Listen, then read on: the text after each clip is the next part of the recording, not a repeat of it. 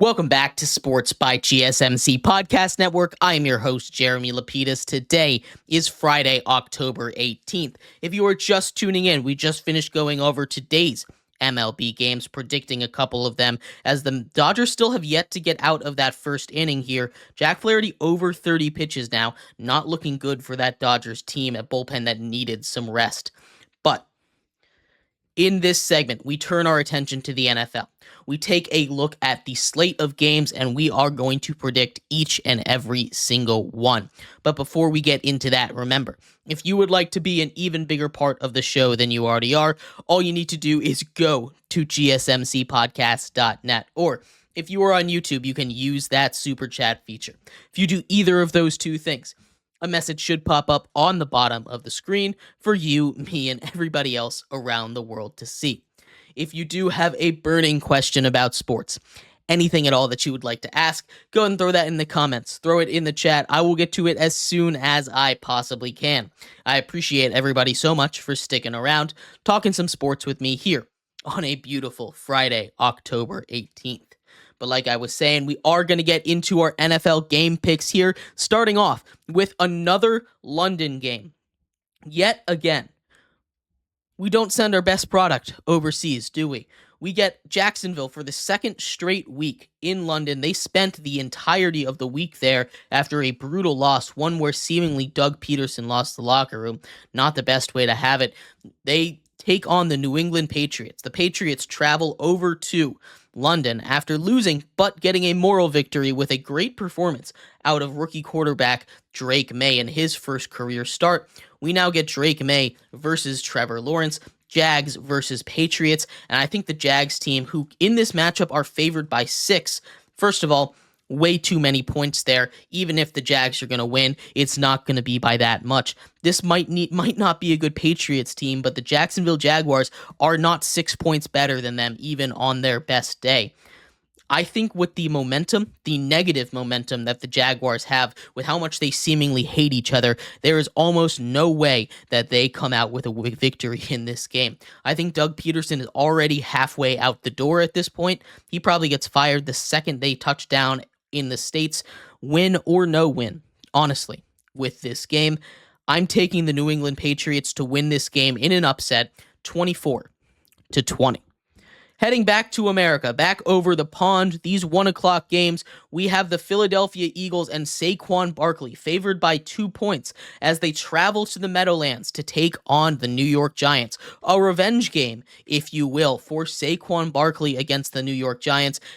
And while this team for the Eagles has not been the most impressive, while they haven't been too coherent together, and while that Giants defense has played really solidly over the last couple of weeks, especially last week against a really good Bengals defense, all the evidence points to Philadelphia winning this game pretty handily. And they probably will, honestly, but Philly has been so incoherent. They have yet to put together a complete game. I think Saquon's going to power them to a win here, but I don't think it's going to be very pretty. I think that Saquon Barkley and the Philadelphia Eagles beat the New York Giants 21-13 in the homecoming for Saquon Barkley. Also, huge game for him. He's going to go off. Absolutely. Tennessee travels to Buffalo with their new wide receiver Amari Cooper on the roster. The Bills are favored by 8.5 points in this one. The Titans have been a bad team. Point blank. The only team they've beaten are the Tyler Huntley-led Dolphins. And they did that with backup quarterback Mason Rudolph. We saw probably the best game of the season from Will Levis last week. He didn't break the 100-yard mark, but he barely turned the ball over, and they almost won that game. If he's able to do something similar with a little bit more production, I know they don't have Tyjae Spears for this game. That's going to hurt a little bit against a Buffalo team that can absolutely be run on. We saw that over and over again when they were, getting destroyed, but maybe a big game from Tony Pollard in this one. I think the addition of Amari Cooper makes a huge difference, even if he isn't in there for most of, even if he only takes place in 50% of the snaps. Having a real receiver, a real wide receiver one, I should say, in Buffalo for Josh Allen is going to make that team a lot better, and I think the Bills win 17-31. Then we have one of the games of the week. This is a stacked slate. One of the best games of the entire week as the Houston Texans travel up to take on the Green Bay Packers. A massive, massive game, a potential Super Bowl matchup in this one. CJ Stroud doesn't have his number one weapon in Nico Collins, but they do have a running game with Joe Mixon, and that is something that's going to be super important against a Green Bay team favored by 2.5, whose defense has been flying to the football. That defense has been overshadowed by the play of Jordan Love in the offense, but that defense needs to get some credit to itself. It held the Cardinals to 20 yards in the first half of that game. It was an absolutely dominant display by that defense. They are going to be a tough team to score against, but Houston has an offense that I think can score against just about anybody, and I think they have the right way to attack it. We've seen teams be able to attack this Green Bay offense being effective on the ground. We saw Aaron Jones be effective on the ground when the Vikings beat them. You add a play action pass, a lot of elements of that. I think Houston has the right weapons, the right recipe to take out the Green Bay Packers. I think they come to Green Bay and upset the Packers 31-30 in one of the best games of the regular season. But don't rest there. Don't be happy with that. We have maybe even a better game with the Detroit Lions traveling to Minnesota for a division matchup with the 5-0 Minnesota Vikings. The Minnesota Vikings open as 1.5-point favorites in this one. And as much as I think the Lions are playing better football than the Vikings are right now, they've just lost their pass rush. Aiden Hutchinson, a potential defensive player of the year. They had already lost Marcus Davenport to a torn tricep injury. Now that both of their edge rushers are gone, they signed Isaac Ukwu, who had a really good preseason with the Lions, to come off the edge because last week, once they lost Hutchinson, it didn't matter, but they did not have any semblance of a pass rush. If they're able to get some kind of pass rush, I think they win this game. But Minnesota, especially without Aaron Jones, I think they're going to become a little bit of a one-dimensional offense. They still have Justin Jefferson, and if he's your one dimension, I'm not mad about being one-dimensional, right? But I do think that without the defense, without Aiden Hutchinson, this is going to be a much tougher game for the Lions to win a division matchup on the road. I'm taking the Minnesota Vikings 28-23 to take care of business, stay undefeated.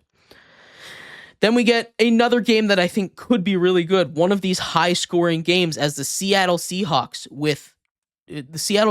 travel down to Atlanta to take on the Dirty Birds, the Atlanta Falcons. The Falcons favored by 3. The Falcons have been playing good football, but both of these teams don't really have an elite defense. Neither of these teams do. Both of these teams struggle mightily against good offenses. The offensive line for the Seahawks might be the worst unit in football, but that doesn't really matter when maybe the worst pass rushing unit in football is going to be the one coming at you. I think this is going to be one of those games that just has fireworks going off left and right, an extremely high-scoring, high-octane game. I think the Falcons are going to be able to take this one 30-24.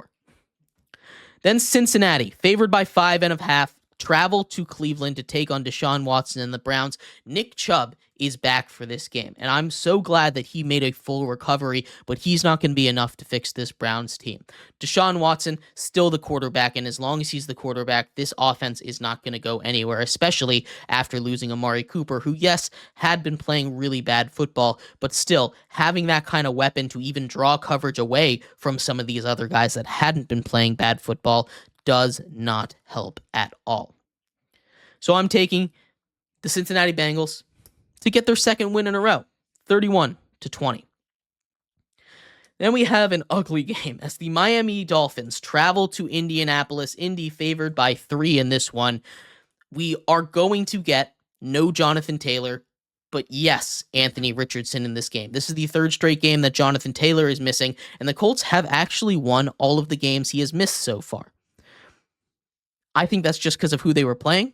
The Dolphins aren't much better, but I think that bye week did a lot for them. I think this is a huge week for them to prove that even without Tua Tagovailoa, that they can win a football game against a team that's very easy to run the ball. You don't have to put so much pressure on Taylor Huntley. You can give the ball to Devon Achane, who's supposedly back from concussion protocol. You have your big back, your goal line back, the guy that you can give these carries to, and I think they need to give Raheem Mostert some carries so that Achane doesn't take the brunt of the blows, especially after coming off of a concussion here.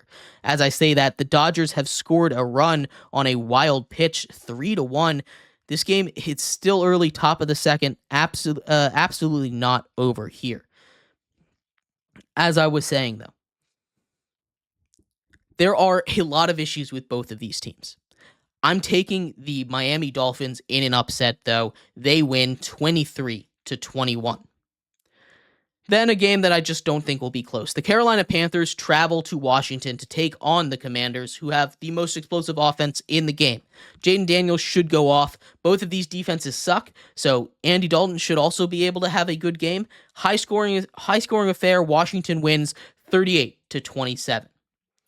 We go from that one to an ugly one, as the Las Vegas Raiders travel to Los Angeles to take on the Rams. Matthew Stafford might be getting Cooper Kupp back, and if they are, they should destroy them. Even without Cooper Kupp coming back, though, I think the Rams have this one handled pretty easy. The vibes around Las Vegas just don't seem to be very high right now. The coaching staff doesn't seem to be working out. No one seems very happy. They've just traded away Devontae Adams, who hadn't been with the team for the last couple weeks, but no Jacoby Myers either. They're injured. They're not very happy. I don't think they win this game. The Rams win 24-14. And we're not done with potential games of the week, though, because the Super Bowl rematch also happens this week. The Kansas City Chiefs travel to San Francisco. Niners favored by 2 points in a Super Bowl rematch. The Kansas City Chiefs have been stumbling. The Niners just got a massive win over the Seahawks, showed that they were back. We're not sure what's going to happen with Jordan Mason. That run game is different. Both of these teams are very different than they were last year, but the Chiefs have this crazy ability to win football games no matter what happens, and I think it's going to happen again. I think the Chiefs find a way to take this game, a game that shouldn't go to them because the Niners team seemingly have just started to figure it out. I think Kansas City halts their momentum. I think they win 27-26 on the road. Sunday night battle. Aaron Rodgers with his best friend, Devontae Adams, gets traded. His first game with the Jets, they're going to go off together. He basically knows the entire offense. Garrett Wilson should still have a huge role in this offense. That's going to be a deadly 1-2 punch right there. Breece Hall got a lot of carries. We saw that against a good Pittsburgh defense. They found a lot of ways to attack them. But I think what's going to attack the Pittsburgh Steelers the most is Mike Tomlin, because he is yet to pick a quarterback. And we are getting to the point where they need to find someone. They need to decide who they're starting, and I don't know why it wouldn't be Justin Fields. I think the Jets dismantle this Pittsburgh Steelers team 31-14. A doubleheader on Monday night as the Baltimore Ravens, favored by 2.5 points, travel to Tampa Bay, a Tampa Bay team that is really inconsistent defensively. They just put up 51 points. They have an explosive offense, but this Baltimore defense isn't as trash as that Saints defense is. I think Baltimore is going to be able to win this game in a tight one, a fun one, 34-29. And then we have the Chargers and the Arizona Cardinals. Maybe the exact opposite of that Tampa Bay-Baltimore game. It should still be fun. It should still be close, but this is going to be a ground and pound. Both of these defenses, or the Arizona defense, not really that great. Chargers are going to be a time of possession kind of team, and if the Cardinals offense work, they should be able to keep up. But there's a chance that Cardinals offense continues to just not work the way that it has just about every other week this season. Chargers favored by 2. I'm not sure who's going to win this game. I'm leaning towards the Cardinals. They win 23-24. But let me know what you think. We'll break down the Monday Night Football games more in depth on Monday. But we're going to take a quick break here. When we come back, we're going to break down 15 of the best games on college football slate this weekend and today. So make sure you stick around for that. We'll be right back here on Sports by GSMC Podcast Network.